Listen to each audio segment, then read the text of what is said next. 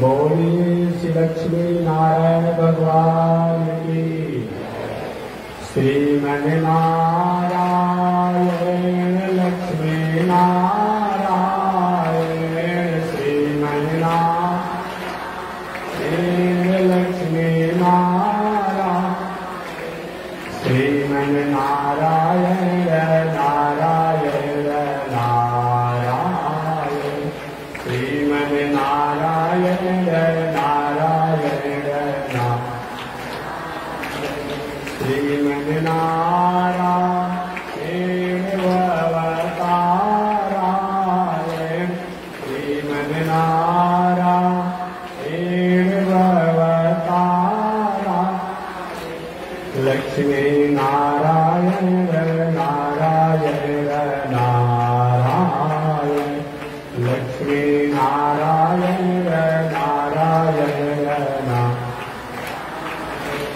श्रीमन्नारायण नारायण नारायण श्रीमन्नारायण नारायण बोलिए श्री लक्ष्मी नारायण भगवान की। अनंताचार्य कृपया वेदांत द्वयपारगम रामकृष्णानि सर्वक्षम विश्वक्सेन मुनिं भजे। कासायन यज्ञसूत्रं शुचिवपुषि तथा चौरपुण्ड्रं च बाले यस्यास्ते दक्षहस्ते कलिकुमतिगिरीन्द्रेन्द्रभद्रं त्रिदण्डं संसाराग्निप्रशान्त्यै वृतजलममलं दारुपात्रं पवित्रं श्रीविश्वक्सेनसूरे पदकमलयुगं श्रेयसे संश्रयामि। लक्ष्मीनाथसमारम्भां नाथयामुनिमध्यमाम् अस्मदाचार्यपर्यन्तां वन्दे गुरुपरम्पराम्।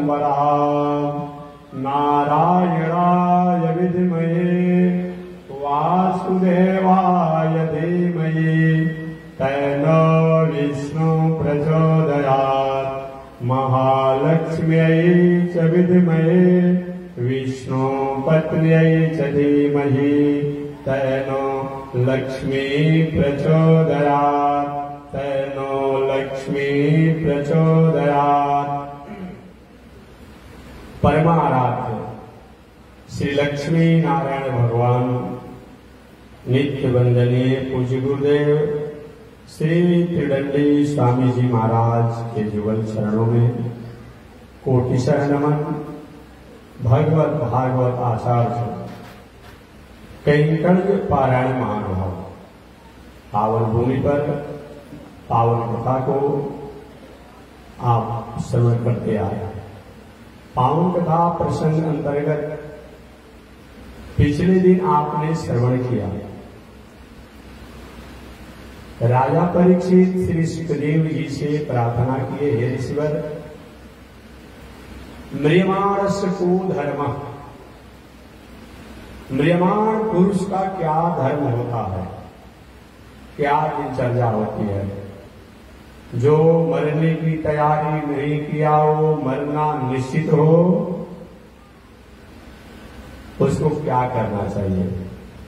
यज्ञ करना चाहिए कि तीर्थव्रत करना चाहिए कि पूजा करना चाहिए कि जो करना चाहिए, क्या करना चाहिए। श्री सुखदेव जी के परीक्षित, जो व्यक्ति जान ले, समझ ले, आयु के कारण चाहे उम्र के कारण, किसी रोग के कारण, किसी आपत्ति विपत्ति संकट विषम परिस्थितियां आने के कारण अब हम जीने वाले नहीं हैं, ऐसे व्यक्ति को सबसे पहले संसार और संसार की व्यवस्था, संसार के व्यवहार से अपने को समेट लेना चाहिए। पत्नी, बेटा, परिवार, बाल बच्चे, घर द्वार, दलान, मकान, ठीक है, बहुत दिन के साथ हम रहे ना, अब उससे अपने कुछ समेट लेना चाहिए और समेट करके अपने दिल को, अपने दिमाग को, अपने मन को, अपने बुद्धि को, अपने चित्त को जिन परमात्मा के स्थूल स्वरूप में, आकार वाले, रूप वाले, गुण वाले, लीला वाले, धाम वाले स्वरूप में प्रेम हो, उन स्वरूप को अपने नेत्रों पर, अपने हृदय में, अपने लाभ पर, अपने तालू में मन उनको बैठा ले। कैसे बैठाएंगे? कैसे बैठेगा? एक घटना बता रहा है कैसे बैठेगा। रास्ते में आप जा रहे हैं, अचानक कोई नालायक व्यक्ति है, आपको क्या क्या चौराहा पर 4 चक्कर मारे, आप हैरान हो गए, कैसा अजीब आदमी है भाई, मेरा नहीं इससे बैर है, न विरोध है, न कोई बड़ा कुछ है, हमको मारा क्यों? अब जब जब उस चौराहे से आप गुजरते हैं, जब चौराहा आता है, घटना पर हो चुकी है, लेकिन वो बात याद बनी रहती है, कैसा नालायक था, हमको मार दिया, बिना कारण को मारा, अपमान कर दिया, घटना हो चुकी है। इसी का नाम क्या है? तो हम परमात्मा के जिस स्वरूप को, जिसमें निष्ठा हो, उनको अपने दिल, दिमाग, मन, बुद्धि, चित्त में चपका ले। व्यवहारिकता में तो व्यवहार में हम हैं, लेकिन वो जो बैठ जाता है ना, तो हटता नहीं है। और इसके लिए हमें अपना आसन, अपना बैठकबाजी, अपना इंद्रियों का चंचलता, खान पान की चंचलता, संगत रहन सहन की चंचलता, इसको भी संयम कर दें। पहले कहीं खान पान बिगड़ा हो, रहन सहन बिगड़ा हो, उठन बैठन बिगड़ा हो, संगत बिगड़ा हो, इसको हम त्याग करें, संयम करें। ये सबसे पहले ये काम करना पड़ेगा। तब उन भगवान के स्वरूप में आपको स्थित होना पड़ेगा। देखिए, हमारे वैदिक दर्शन में आराध्या 33 कोटि, एक दो देवता नहीं है, 33 कोटि देवता हैं। क्यों है? और किसी मजहब में, दर्शन में एक दो हो सकते हैं, लेकिन हमारे वैदिक दर्शन में 33 कोटि देवता हैं। क्यों है? ऐसा क्यों? कभी कभी कुछ विचारक दार्शनिक कहते हैं कि सनातन धर्म जो है, वैदिक धर्म जो है, इतने देवी देवता हैं कि नाम नहीं गिना जा सकता। अरे भाई, जब जब जिस लोगों को जैसा मंगल हुआ, उसके प्रार्थना पर भगवान को उस प्रकार से, उस समय, उस क्षण में वैसा अवतार लेना पड़ा। यही तो अधिक देवताओं के होने का हमारे यहाँ प्रमाण है कि हमारी वैदिक परंपरा पुरानी है। यही प्रमाण है कि वैदिक परंपरा पुरानी है। ऐसे भी आप जानते हैं, मोहम्मद साहब जी कोई संसार में आए लगभग 1500 वर्ष हो रहा है, तो 1500 वर्ष हो रहा है, ये कितने उनके होंगे? 2, 4, 5, 1, 2 क्या नहीं होंगे? 10 हो सकते हैं, और क्या होंगे? ईसा साहब जी को इस संसार में आए 2025 वर्ष हो रहा है, तो कितने होंगे? 1, 2, 2, 4, 5 होंगे। और भी ईसा हैं, मूसा हैं, और भी एक दो लोग हैं यहूदियों के जो कुछ हैं, बाकी तो गुरु गोविंद सिंह, गुरु नानक जी भी तो 500 वर्ष के भीतर है। परंतु हमारी वैदिक परंपरा कितनी पुरानी है? 50,000 करोड़ वर्ष पहले। तो 50,000 करोड़ वर्ष पहले की है, तो उतना देवी देवता तो जरूर होना चाहिए। अभी तक कम है। अगर 33 कोटि देवता ही हैं, तो कम है, और होना चाहिए। जब जब जैसे जैसे प्राणियों का, प्रकृति का, समष्टि का, सृष्टि का मंगल होना था, मंगल की कामना किया गया, भक्तों द्वारा पुकार किया गया, प्रकृति की रक्षा करना हुआ, प्राणियों की रक्षा करना हुआ, समष्टि की रक्षा करना हुआ, सृष्टि की रक्षा करना हुआ, भगवान ने अवतार लिया। इसीलिए भी जितने देवी देवता भगवान है अभी कम है, और अधिक हो जाए तभी अच्छा है। इसलिए वो इसमें नहीं करना कि क्यों इतने हो गए, होना ही चाहिए। तो मैं निवेदन करना चाहता हूं भगवान के जिस छवि में आपको आनंद आता हो, ऐसे श्रीमद् भगवत गीता में भगवान श्री कृष्ण अर्जुन को जब गीता का उपदेश दे रहे थे, अर्जुन ने भगवान के अनेक उनके स्वरूपों को दर्शन किया, विराट स्वरूप का दर्शन किया, बहुत स्वरूपों का दर्शन किया अलग अलग।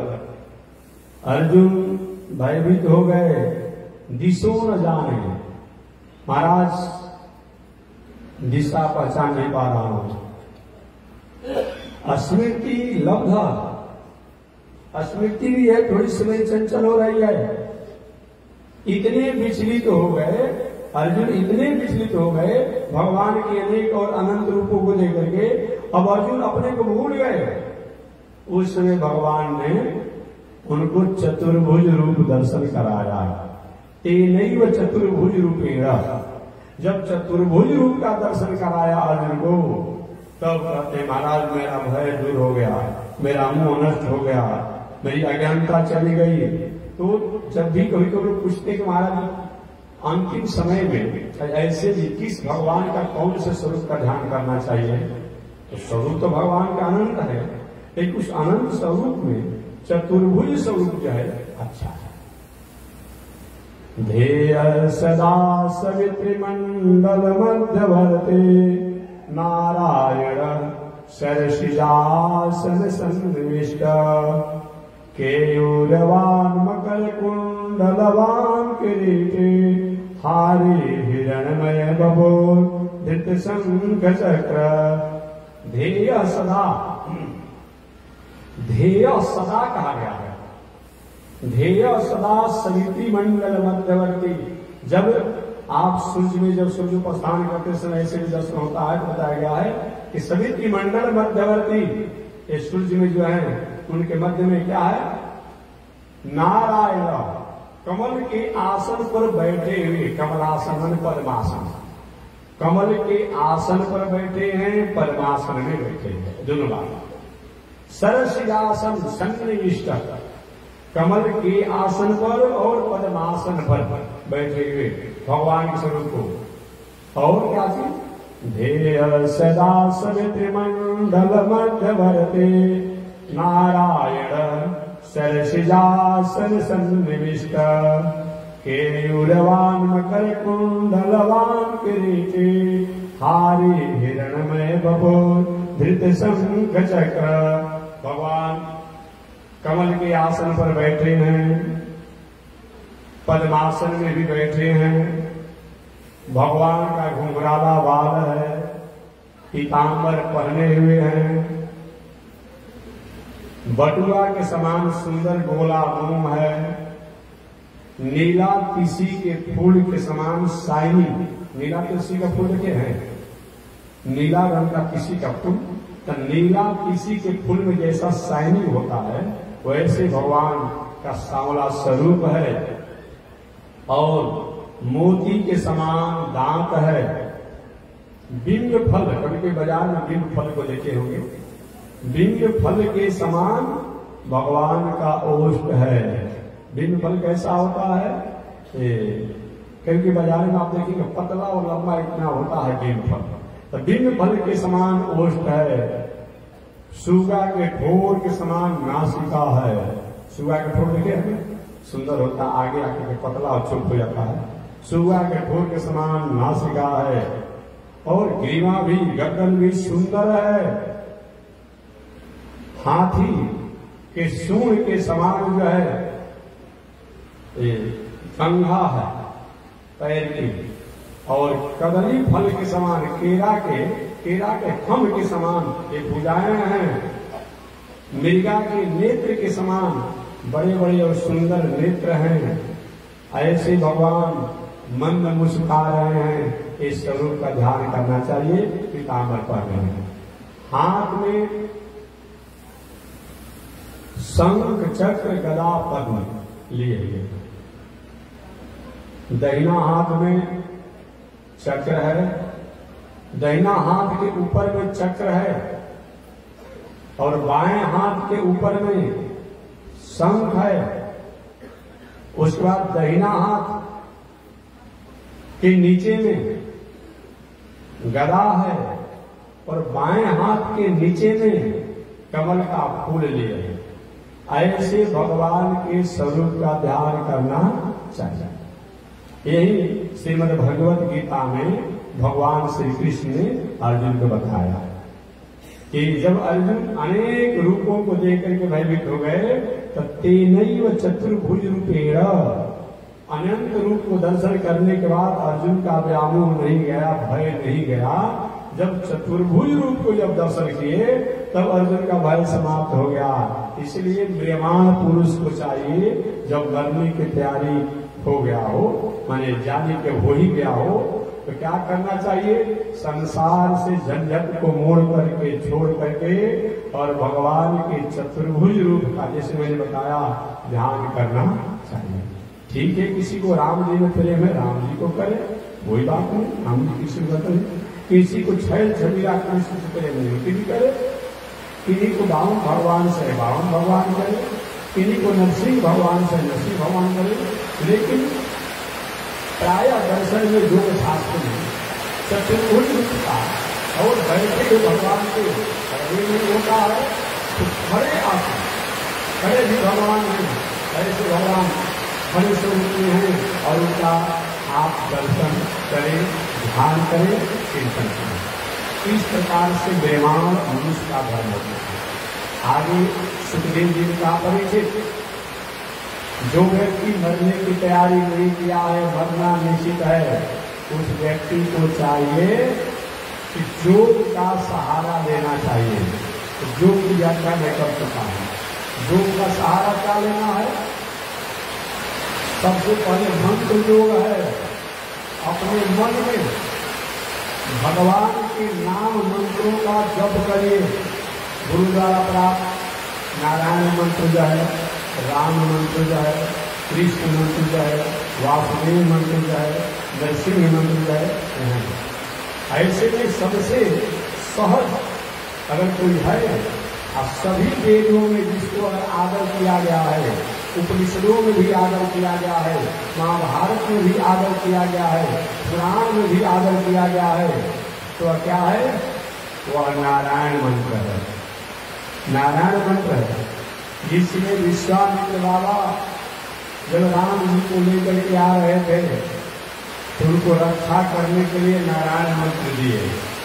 जिसमें अगस्त ऋषि के आश्रम में भगवान श्री राम गए तो उन्होंने नारायण मंत्र का संदेश दिया। जहाँ जहाँ ऋषियों के आश्रम पर गए, वाल्मीकि जी के आश्रम पर भी गए तो वाल्मीकि जी ने नारायण मंत्र का उन्हें संदेश दिया। इस प्रकार कृष्णावतार में भी भगवान श्री कृष्ण चाहे वह गर्गाचार्य द्वारा संदेश प्राप्त हो, स्वामी ऋषि द्वारा प्राप्त हो, इन लोगों ने उन्हें नारायण मंत्र का संदेश दिया। राम कृष्ण रावण नरसिंह में कोई अंतर नहीं है, लेकिन नारायण स्वरूप जो है, नारायण का मंत्र जो है, जैसे सृष्टि के प्रारंभ का वेद है, तो जब सृष्टि के प्रारंभ का वेद हो गया तो वही सृष्टि के प्रारंभ का जो है वह नारायण मंत्र है, जो चारों वेदों में, ऋग्वेद, यजुर्वेद, सामवेद, अथर्ववेद, ये चारों वेदों में है और उपनिषदों में है, पुराणों में भी है, महाभारत में भी है। ऐसे भगवान के नामों का जप करना, जप किसी प्रकार का होता है। एक होता है मानसिक जप। मानसिक जप में ओठ नहीं हिलना चाहिए, आवाज नहीं सुनाना चाहिए, मन में जप होना चाहिए, ये मानसिक जप है। एक होता है उपांशु जप, जो पता चलता है ओठ चल रहा है, ओठ चल रहा है, उपांशु जप होता है। और तीसरा जप होता है जो आवाज दूसरे को सुनाई पड़े, इसको वाचिक जप कहते हैं। तो तीनों जप से कोई न कोई जप करना चाहिए। अगर मानसिक जप करने का अभ्यास नहीं है तो उपांशु करके, और उपांशु का भी अभ्यास नहीं है तो वाचिक जप भी करना चाहिए। एक व्यक्ति ने हमसे पूछा था कि महात्मा जी, जब देश में स्त्रियों को अधिकार नहीं आप देते हैं तो नारायण मंत्र में कैसा अधिकार देते हैं आप?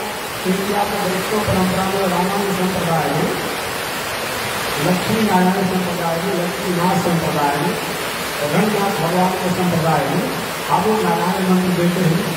मैंने निवेदन किया कि माताओं को ऐसी बात नहीं है कि वेद उनका अधिकार नहीं है। वेद के कुछ ऐसे भाग हैं जिन उनका अधिकार नहीं है। बाकी जो प्रपत्ति, समाधि, भक्ति, आराधना, साधना जो है इसमें तो माताओं का अधिकार है ही। इसलिए ये वेद के मंत्र होने पर भी माताओं का अधिकार दिया गया है। ऐसे नारायण मंत्र जो वेद के साथ उपनिषद में भी है, इतिहास में भी है और पुराण में भी है। क्या मंत्र योग है? मंत्र योग में भगवान के नामों को जप किया जाता है। लय जो पूर्वीय लेकर बताए, चलते फिरते, खाते, बैठते, सोते, उठते, हर परिस्थिति में भगवान का चिंतन बना रहना। जैसे किसी तीसरे व्यक्ति और चौबीस व्यक्ति का एक जीवन में 1000 रुपया भुला जाए तो हमेशा उसको लय दिमाग रहता है, कहाँ मेरा 1000 रुपया भूल गया, कौन ले लिया, कोई बता नहीं रहा तो ले लिया, पैसा उसको भूल गया है। लेकिन हमेशा अपने 1000 रुपया में लय रहता है किसी आदमी। उसी प्रकार से भगवान के नाम, गुण, रूप, धाम, लीला में लय रहना लय होता है। मंत्र योग, लय योग और हठ योग। नहीं इंद्रियां चाह रही है, हमारा मन यही चाह रहा है, हमारा बुद्धि यही चाह रहा है, इस इंद्रियों को, मन को, बुद्धि को बलात् करके अच्छी कर्म में भगवान को लगाना, ये क्या है? ये लय योग है। और चौथा है राज योग, जिसकी आज व्याख्या करना है। ये राजयोग, राजयोग क्या है? अष्टांग योग को राजयोग भी कहा जाता है। अष्टांग योग क्या है? यम, नियम, आसन, प्राणायाम, प्रत्याहार, धारणा, ध्यान और समाधि। इसी को राजयोग कहा जाता है। यम के बारे में आप जान रहे होंगे, अहिंसा, सत्य, अस्तेय, ब्रह्मचर्य, अपरिग्रह, दमन। ये योग है। मन वाले शरीर से हिंसा की वृत्ति नहीं होना, सत्यमय जीवन होना, अहिंसा, सत्य, अस्तेय, चोरी जबरदस्ती नहीं करना, अहिंसा, सत्य, अस्तेय, ब्रह्मचर्य, विवाह शादी किए हो तो अपनी पत्नी के साथ मर्यादा से रहिए। अब विवाह शादी नहीं किए हो तो दुनिया में सभी नारी को माता के समान आदर करिए, दीन के प्रति आदर करिए, धर्म के प्रति आदर करिए, ब्राह्मण के प्रति आदर करिए, शास्त्र के प्रति आदर करिए। एक है कर्म करना। तो अहिंसा, सत्य, अस्तेय, ब्रह्मचर्य और परिग्रह। कोई अन्याय की वस्तु को हड़पने की कोशिश मत कीजिए, कोई पंचायती संपत्ति को लेने की कोशिश मत कीजिए। ये क्या है? अपरिग्रह। ये सब योग है। योग माने केवल श्वास को खींचना और श्वास को छोड़ना, यही नहीं होता है। योग का मतलब यही होता है। दूसरा योग क्या है? नियम। नियम में क्या होता है? धृति, क्षमा, संतोष, अलोक। विषम से विषम परिस्थिति आने के बाद भी, कठिन से कठिन परिस्थिति आने के बाद भी अच्छे कर्म का त्याग नहीं करना, ये योग है। क्षमा, जितना भान, जौन, पद, प्रतीक्षा, मान, सम्मान बढ़े, आप क्षमा रहिए, सहज रहिए, सरल रहिए। देखने से पता नहीं चले कि आप इतने बड़े आदमी हैं। धृति, क्षमा, संतोष, जितना भी धन हो हमेशा मुस्कुराते रहिए, संतोष में रहिए कि परमात्मा ने जो भी दिया है हमको बहुत दिया है, ये संतोष करना चाहिए। धृति, क्षमा, संतोष, अलोक। और अलोक में हमेशा मैं कहता हूँ, धन प्राप्ति के लिए कर्म दिनचर्या मत करिए।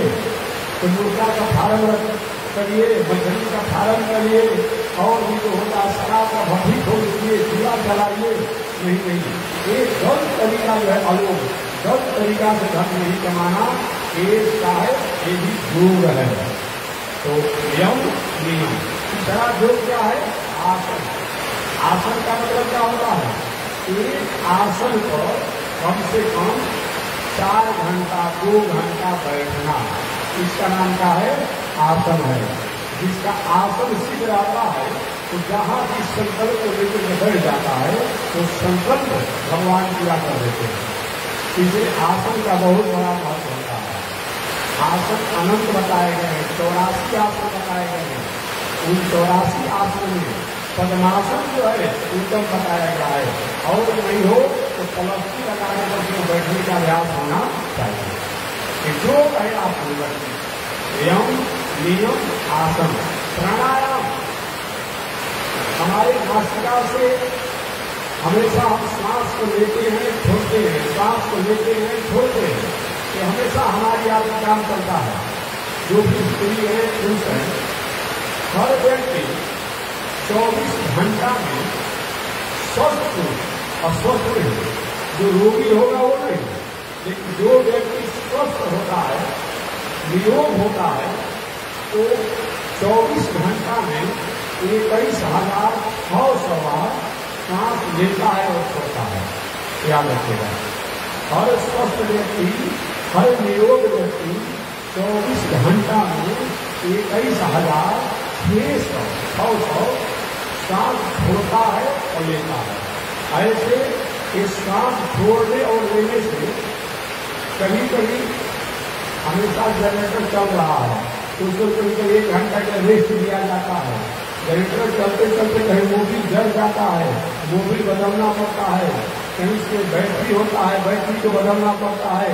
तो हमारा आपके शरीर में भी 24 घंटा एक काम करता है। आँख जो है दिखने का काम करता है, कान सुनने का काम करता है, नाक सुनने का काम करता है, मुंह खाने पीने का काम करता है, बोलने का काम करता है, हाथ पकड़ने का पूर्ण काम करता है, पैर चलने का काम करता है, और शंका मार्ग पैखाना मार्ग ये हमारे विकार को बाहर निकालने का काम करता है। ये भी जो अपना काम करते हैं, इनको भी तो कभी कभी विश्राम चाहिए, इनको भी तो कभी कभी आराम चाहिए। इस वायु के कारण ये आराम विश्राम करते हैं। तो समय निकाल करके कभी कभी हम जो श्वास को लेते हैं और छोड़ते हैं, लेते हैं और छोड़ते हैं, उसको विराम देना, आयाम देना, विश्राम देना, इसी का नाम का है प्राणायाम। इसी को प्राणायाम कहा जाता है। प्राणवायु को आयाम देना, विराम देना, विश्राम देना, इसका नाम का है प्राणायाम। हमारे शरीर में अनेक वायु है, अपान वायु, प्राण वायु, उड़ान वायु, समान वायु, निर्गत वायु, विकल वायु, धनंजय वायु, ये सब हमारे शरीर में रहते हैं। कभी कभी आपने देखा होगा कि हाथ कट गया, हाथ का टुकड़ा अलग है, अब भुजा अलग है, लेकिन कटा हुआ टुकड़ा भी फड़क रहा है। उससे कुछ समय तक वो वायु के कारण वो फड़कते रहता है। प्राण नहीं है लेकिन फड़कते रहता है। ये सब वायु अलग अलग है। पैखाना को बाहर करने वाला, वंशंका को बाहर करने वाला, ये अलग वायु है। शरीर में नासिका के द्वारा जो विकार तत्व को बाहर करने वाला अलग वायु है। आँख कान नाक द्वारा विकार में निकालने वाला अलग वायु है। नारियों को चलाने वाला अलग वायु है। भोजन को बचाने वाला अलग वायु हो। आँख को दृष्टि को अपनी जगह पर काम करने वाला अलग वायु है। असरो शक्ति को ठीक करने वाला अलग वायु है। तो लेके वायु नहीं है। उन सभी वायुओं में सबसे श्रेष्ठ वायु है एक प्राणवायु है। प्राणवायु क्या है? जब सांस लेते हैं छोड़ते हैं, लेते हैं छोड़ते हैं, ऐसे प्राणवायु को आयाम देना, विराम देना, विश्राम देना, इसी का नाम क्या है? प्राणायाम है। यही आजकल संत महात्मा जो योग सिखाने वाला सिखा रहा है, उसी को लोग कुंभक पूरक रेचक के नाम से जाना जाता है। तो कुंभक क्या है, पूरक क्या है और रेचक क्या है, मैंने बता दूं। कुंभक पूरक रेचक बाहर की वायु को अपने नासिका छिद्रों से भीतर खींचना, तो क्या है? भीतर खींचना एक कुंभक है। और खींचे हुए वायु को रोक करके रखना पूरक है। आप वायु को पुनः जो खींच कर रोक कर रखे हैं उसको धीरे धीरे छोड़ना, ये क्या है? रेचक है। तो कुंभक पूरक रेचक वायु को जो तीनों एक होता है, वायु को खींचना, रोकना और छोड़ना। नासिका छिद्रों से बाहर की वायु को खींचना श्वास के द्वारा, अब उस वायु को खींच करके रोके रखना, अब बाद में धीरे धीरे छोड़ना। कुंभक पूरक रेचक, इसी को एक प्राणायाम कहा जाता है। यही प्राणायाम है, यही प्राणायाम है। ऐसे प्राणायाम महाबल, क्या है? प्राणायाम महाबल। एक मानव जीवन के लिए, हमारे शरीर के लिए एक प्राणायाम जो है एक महाबल है। आत्मबल को मजबूत करता है, स्मरण शक्ति को मजबूत करता है, हमारे बुद्धि दिमाग में टोनिक की व्यवस्था करता है, स्मरण शक्ति ठीक रहती है, शरीर की नाड़ियां इंद्रियां मजबूत होती है। इसीलिए स्वास्थ्य लाभ से भी प्राणायाम करना चाहिए और साथ ही साथ आध्यात्मिक लाभ के लिए भी हमें प्राणायाम करना चाहिए। एक प्राणायाम है, ये योग का तीसरा है यम, नियम, आसन, प्राणायाम। चौथा है राजयोग का, चौथा श्रेणी है। प्रथम है राजयोग का यम, दूसरा है नियम, तीसरा है आसन और चौथा है प्राणायाम। और पांचवा है प्रत्याहार। प्रत्याहार माने बड़े जोरों से जो प्राणायाम हम कर रहे हैं, वो प्राणायाम करते समय अपने अलग अलग इंद्रियों में पर उनको आधार देना, उनको स्थापित करना और वहां पर भगवान के स्मरण बने रहना। जब प्राणायाम करते हैं तो हमारा हृदय हो, नाभि हो, कंठ हो, ललाट हो, आंख हो, कान हो, इत्यादि इंद्रियों पर प्राणायाम करते समय भगवान नहीं गए रहना। एक क्या है? एक प्रत्याहार है। 12 प्राणायाम करने की जो क्षमता होती है तो एक प्रत्याहार होता है। आप एक प्राणायाम क्या कहा जाता है? 12 प्राणायाम को एक प्रत्याहार कहा जाता है। यानी 12 प्राणायाम करने की जो हमारी क्षमता हो जाती है, एक प्रत्याहार कहलाता है। एक प्राणायाम क्या है? एक प्राणायाम क्या है? अपने सामने से धीरे धीरे चुटकी बजाते हुए तो सिर के चारों तरफ घूमने में, चुटकी को घूमने में जितना समय लगता है, इसको एक मात्रा कहा जाता है। अपने सामने चुटकी को बजाते हुए धीरे धीरे और घूमने में जितना समय लगता है अपने चारों तरफ सिर के, उसको एक मात्रा कहा जाता है। इस प्रकार 12 मात्रा को एक प्राणायाम कहा जाता है। यानी 12 मात्रा में जितना समय लगता है उतने समय तक एक प्राणायाम करना चाहिए।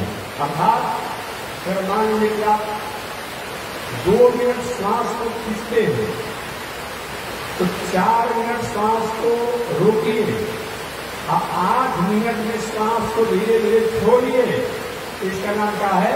एक प्राणायाम है। जैसे 1 मिनट आप श्वास को खींचते हैं नासिका से, 1 मिनट में, 1 मिनट में श्वास को खींचना और 2 मिनट में श्वास को रोकना और 4 मिनट में श्वास को धीरे धीरे छोड़ना।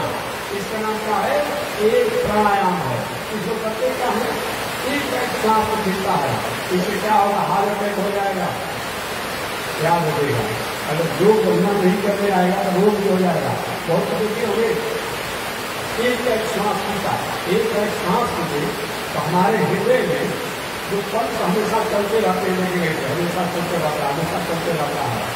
एक है अगर हम श्वास खींचेंगे एक पल्स जो चलता है जाकर एक तरफ में फेफड़े में सड़ जाएगा और सड़ जाएगा तो हार्ट अटैक और किस प्रकार की संभावना बन सकती है। इसलिए एक बार श्वास नहीं लेना चाहिए, धीरे धीरे खींचना चाहिए, धीरे धीरे श्वास को खींचना चाहिए।